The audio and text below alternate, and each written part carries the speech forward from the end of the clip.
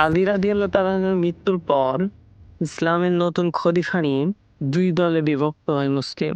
খলিফার দায়িত্ব এসে পড়ে হাসান রাদিয়াল্লাহু তাআলা আনহুর উপর এবং অনেক সাহাবী হযরতে মুআবিয়া রাদিয়াল্লাহু তাআলা আনহুকে খলিফা হিসেবে চান, যার কারণে মুসলিমরা দুই ভাগে বিভক্ত হয়।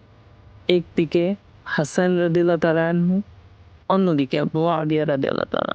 হাসান রাদিয়াল্লাহু তাআলা আনহু চাচ্ছিলেন মুসলিমদের মধ্যে যেন দ্বন্দ্ব না হয় এবং এই দ্বন্দ্ব দূর করার জন্য হাসান রাদিয়াল্লাহু তাআলা আনহু পদত্যাগ করেন এবং মুআবিয়া রাদিয়াল্লাহু তাআলা আনহুকে খলিফা ঘোষণা করেন, যার ফলে সকল দ্বন্দ্বের অবসান ঘটে। যার পরে মুআবিয়া রাদিয়াল্লাহু তাআলা আনহু দীর্ঘ ২০ বছর খলিফার দায়িত্ব সুন্দরভাবে পরিচালনা করেন। ৪৯ হিজরিতে হাসান রাদিয়াল্লাহু তাআলা আনহু শহীদ হন এবং ৬১ হিজরিতে মুআবিয়া রাদিয়াল্লাহু তাআলা আনহু মারা যায়।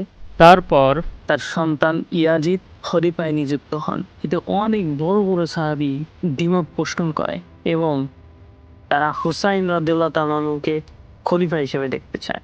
ইয়াজিদ এটা বুঝে যায় যে সবচেয়ে ইম্পর্টেন্ট হলো হুসাইন রাদিয়াল্লাহু তাআলা আনহুর বায়াত নেওয়া। হুসাইন রাদিয়াল্লাহু তাআলা আনহুর বায়াতের জন্য অনেক আগ্রহী হয়ে ওঠে। তখন মদিনার গভর্নর রাতে হযরত হুসাইন রাদিয়াল্লাহু তাআলা আনহুকে একা ডাকে এবং বলেন যেন সে ইয়াজিদের বায়াত নিয়ে।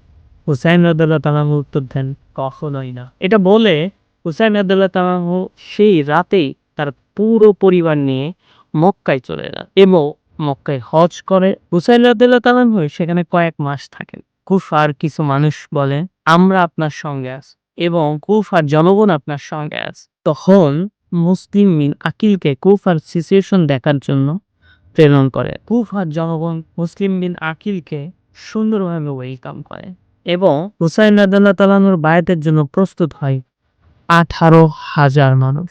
তখন কুফার গভর্নর নোমান বিন বাশিরকে সরিয়ে ওবায়দুল্লাহ বিন সায়েদকে বসায়। ততক্ষণে হযরত হুসাইন রাদিয়াল্লাহু তাআলা আনহু তার পরিবার নিয়ে কুফার দিকে রওনা হয়।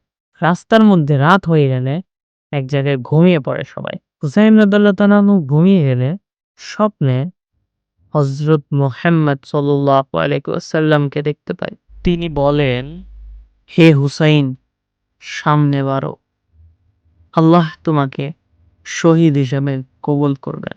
ইমাম হুসাইন রাদিয়াল্লাহু তাআলা আনহু ঘুম থেকে ওঠেন এবং এই স্বপ্নের ঘটনা তার সঙ্গীদেরকে শোনান। ততক্ষণে ইয়াজিদ জেনে গেছে হুসাইন রাদিয়াল্লাহু তাআলা আনহু কুফার দিকে আসছেন। তিনি সঙ্গে সঙ্গে উরবিন ইয়াজিদকে ১,০০০ সৈন্য দিয়ে হুসাইন রাদিয়াল্লাহু তাআলা আনহুর দিকে পাঠায়। হুসাইন রাদিয়াল্লাহু তাআলা আনহু চলতে চলতে ফুরাত নদীর আগে রেগিস্তানে থেমে যায় এবং হুসাইন রাদিয়াল্লাহু তাআলা আনহু সবাইকে জিজ্ঞাসা করে, এটি কোন জায়গা? সবাই উত্তর দেয়, কারবালা। হুসাইন রাদিয়াল্লাহু তাআলা আনহু উত্তর শুনে থেমে যায় এবং কান্না শুরু করেন। এবং সবাইকে সেখানেই থামতে নির্দেশ দেন। ২ মুহররম আমর বিন সাদ ৪,০০০ সৈন্য নিয়ে উরবিন ইয়াজিদের সঙ্গে যুক্ত হয়। অন্যদিকে হুসাইন রাদিয়াল্লাহু তাআলা আনহুর মহিলা শিশু মিলে ৮০ জন। তারপরও আমর বিন সাদ ইয়াজিদের থেকে আরও সৈন্য চায় এবং শেষমেশ উরবিন ইয়াজিদের ৩০,০০০ সৈন্য হয়। এর কারণ হুসাইন রাদিয়াল্লাহু তাআলা আনহুর ৮০ জনের একজন ছিলেন আব্বাস, যিনি আলী রাদিয়াল্লাহু তাআলা আনহুর ছেলে এবং হুসাইন রাদিয়াল্লাহু তাআলা আনহুর ভাই। তিনি যখন ময়দানে থাকতেন তখন তিনি এমনভাবে যুদ্ধ করতেন যেন মনে হতো আলী রাদিয়াল্লাহু তাআলা আনহু যুদ্ধ করছেন। যার জন্যই আমর বিন সাদ একের পর এক সৈন্য চেয়ে রাখছিলেন। হুসাইন রাদিয়াল্লাহু তাআলা আনহু কুফাবাসীদের জন্য একটি চিঠি লেখেন। সেই চিঠিতে এই অবস্থা জানান, কিন্তু দুর্ভাগ্যবশত সেই চিঠি কুফাবাসীর কাছে কখনোই পৌঁছায় না এবং হুসাইন রাদিয়াল্লাহু তাআলা আনহুর দলের সবাই তৃষ্ণার্ত ছিলেন। কারণ ফুরাত নদীর কিনারায় ৫০০ সৈন্য দাঁড় করানো ছিল, যেন হুসাইন রাদিয়াল্লাহু তাআলা আনহুর কেউই পানি পান না করতে পারে এবং সেটা ছিল রেগিস্তানের গ্রীষ্মকাল। সূর্য মাথার উপরে ছিল। পানির জন্য হাহাকার করতেছিল বাচ্চা, নারী এবং প্রাণীরা। কাউকেই পানি পান করতে দিচ্ছিল না। এভাবেই ৮ মুহররম চলে আসে। এতদিন সবাই পানি ছাড়া বেঁচে ছিল। ৮ তারিখে হুসাইন রাদিয়াল্লাহু তাআলা আনহু নেগোশিয়েট করার জন্য ৩টি প্রস্তাব প্রদান করেন। হয় আমাদেরকে কোনো একদিকে যেতে দাও, অথবা আমাদেরকে চলে যেতে দাও, অথবা ইয়াজিদের সাথে দেখা করার সুযোগ দাও। কিন্তু এদের একটাই ডিমান্ড ছিল, ইয়াজিদের বায়াত করো। এভাবেই ওই দিনও চলে যায় এবং সবাই তৃষ্ণায় প্রায় শেষের দিকে। ঠিক একইভাবে ৯ মুহররমও চলে যায়। ৯ মুহররম রাতে হুসাইন রাদিয়াল্লাহু তাআলা আনহু সারা রাত ইবাদত করেন এবং ফজরের সময় সবাইকে ডাকেন, তোমরা চাইলে ফিরে যেতে পারো। এই বলে বাতি বন্ধ করে দেয়, যেন যে চাইলে সে চলে যেতে পারে। কিছুক্ষণ পর হুসাইন রাদিয়াল্লাহু তাআলা আনহু আবারও বাতি জ্বালায় এবং দেখতে পায় কেউ যায়নি। যখন কুরবিন ইয়াজিদ বুঝতে পারে ইমাম হুসাইনের সাথে যুদ্ধ হবে, তখন কুরবিন ইয়াজিদ ইমাম হুসাইনের দলে যোগ দেন। যুদ্ধের আগে হুসাইন রাদিয়াল্লাহু তাআলা আনহু সবার উদ্দেশ্যে বলেন, তোমরা কার সাথে যুদ্ধ করতে চাচ্ছ? তোমরা তো জানো আমি কে। আমি তো মুহাম্মদ সাল্লাল্লাহু আলাইহি সাল্লামের নাতি। তোমরা কি শুধু এই জন্য আমাকে মারতে চাও যে আমি ইয়াজিদের বায়াত নিচ্ছি না? এবং হুসাইন রাদিয়াল্লাহু তাআলা আনহু যোদ্ধাদের ৩ ভাগে বিভক্ত করেন। এক অংশ ডানে, এক অংশ বামে এবং মাঝখানে যে দল থাকে তার লিডার থাকে হযরত আব্বাস রাদিয়াল্লাহু তাআলা আনহু। ফজরের নামাজের পর যুদ্ধ শুরু হয়। মনে রাখবেন, এখানে ৩০,০০০-এর বিপক্ষে ৮০ জন লড়বে।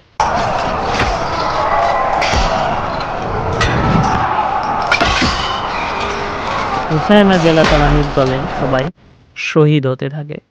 সেই সময় হুসাইন রাদিয়াল্লাহু তাআলা আনহুর সুন্দর ছেলে সামনে এসে দাঁড়ায় এবং বলেন, আমি আলী।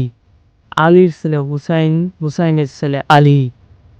সকল যোদ্ধারা হতবাক হয়ে চেয়ে থাকে। তার চেহারা ছিল একদমই হযরত মুহাম্মদ সাল্লাল্লাহু আলাইহি ওয়াসাল্লামের মতো। আলী বলেন, আল্লাহর কসম, আমরা কখনো বাতিলের সামনে নত হইনি।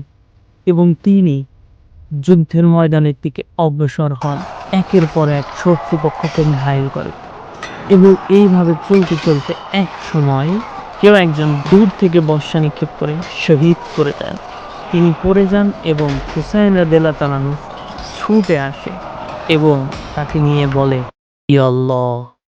তারা তাকেও শহীদ করে দিয়েছে, যাকে দেখতে মুহাম্মদ সাল্লাল্লাহু আলাইহি ওয়াসাল্লামের মতো লাগতো। তারপর হযরত হাসান রাদিয়াল্লাহু তাআলা আনহুর ছেলে হযরত কাসেম ইমাম হুসাইন রাদিয়াল্লাহু তাআলা আনহুর থেকে যুদ্ধের অনুমতি চায়। হুসাইন রাদিয়াল্লাহু তাআলা আনহু উত্তর দেন, হে কাসেম, তুমি দেখতে তোমার বাবার মতো, আমি কিভাবে তোমাকে যুদ্ধে পাঠাই? কাসেম রাদিয়াল্লাহু তাআলা আনহু বলে, ইয়া চাচা যান, আপনার জন্য মৃত্যু আমার কাছে মধুর মতো মিষ্টি। এই উত্তর শুনে ইমাম হুসাইন রাদিয়াল্লাহু তাআলা আনহু কেঁদে ফেলেন এবং কাসিম রাদিয়াল্লাহু তাআলা আনহুকে গলায় জড়িয়ে ধরেন এবং তাকে যুদ্ধের অনুমতি প্রদান করেন এবং তিনি বাহাদুরের মতো যুদ্ধে লড়তে থাকেন। কিন্তু কিছুক্ষণ পর পিছন থেকে বর্ষা নিক্ষেপ করে তাকে শহীদ করে দেওয়া হয়। এভাবে একের পর এক সবাই শহীদ হতে থাকেন। শেষ মুহূর্তে হুসাইন রাদিয়াল্লাহু তাআলা আনহু তার পরিবারের মেয়েদের কাছে যান এবং বিদায় জানায় আসে এবং সেই সাথে কুফাবাসীদের জন্য এক চিঠি লেখে। তারপর মাত্রই পরিবারের সবাই শহীদ হয়েছে, তার উপরে তিনি কয়েকদিন যাবৎ পানি ছাড়া বেঁচে আছেন, কিছু জায়গায় ঘায়েল হয়েছেন। তিনি ক্লান্ত দুর্বল শরীর নিয়েও শত্রুপক্ষের সামনে সিংহের মতো দাঁড়ায়। ঘোড়ার উপরে সাওয়ার হয়ে জুলফিকার নিয়ে রওনা হন। তার সামনে হাজার হাজার সৈন্য এবং তিনি এক দ্রুত গতিতে শত্রুদের মধ্যে ঢুকে পড়েন। একের পর এক শত্রুপক্ষদের ঘায়েল করে। এমন অবস্থা হয়ে ওঠে যে সকল সৈন্য মিলে তাকে দমানো প্রায় অসম্ভব হয়ে ওঠে। মনে হচ্ছিল আলী রাদিয়াল্লাহু তাআলা আনহু ময়দানে। ঠিক সেই মুহূর্তে শত্রুপক্ষ থেকে হাজার হাজার তীর বর্ষণ করা হয় এবং সেই তীরগুলো গিয়ে হুসাইন রাদিয়াল্লাহু তাআলা আনহুর শরীরে আঘাত হানে এবং হুসাইন রাদিয়াল্লাহু তাআলা আনহু ঘোড়া থেকে পড়ে সিজদা অবস্থায় শহীদ হন এবং এক পর্যায়ে তার শরীর থেকে মাথা আলাদা করে দেওয়া হয়।